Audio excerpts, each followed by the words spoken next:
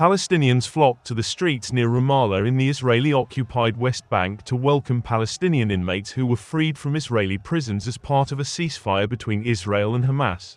A convoy of buses carrying freed Palestinian prisoners drove through the streets after leaving the Israeli military Ofer prison near Ramallah in the Israeli-occupied West Bank. The release of the Palestinian prisoners was in exchange for the return of 3 Israeli hostages released by Hamas, the first of 33 of the nearly 100 remaining Israeli and foreign hostages to go free under Phase 1 of the deal. Those freed from Israeli prisons included 69 women and 21 teenage boys from the West Bank and Jerusalem, according to Hamas. The first phase of the truce in the 15-month-old war between Israel and Hamas took effect following a 3-hour delay during which Israeli warplanes and artillery pounded the Gaza Strip. Mothers, fathers, siblings and friends had waited for hours in the cold to embrace their loved ones as part of the agreement. Among those released was Shatha Jarabar, 24, who was arrested over a social media post criticizing the brutality of Israel's campaign in Gaza.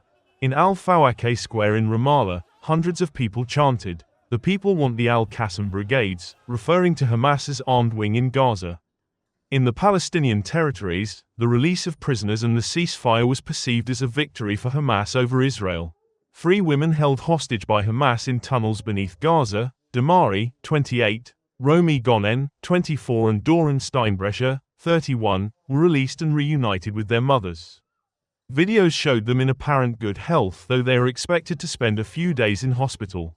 The first phase of the truce took effect following a 3-hour delay during which Israeli warplanes and artillery pounded the Gaza Strip. Minutes after the truce began, the United Nations said the first trucks carrying desperately needed humanitarian aid had entered the Palestinian territory.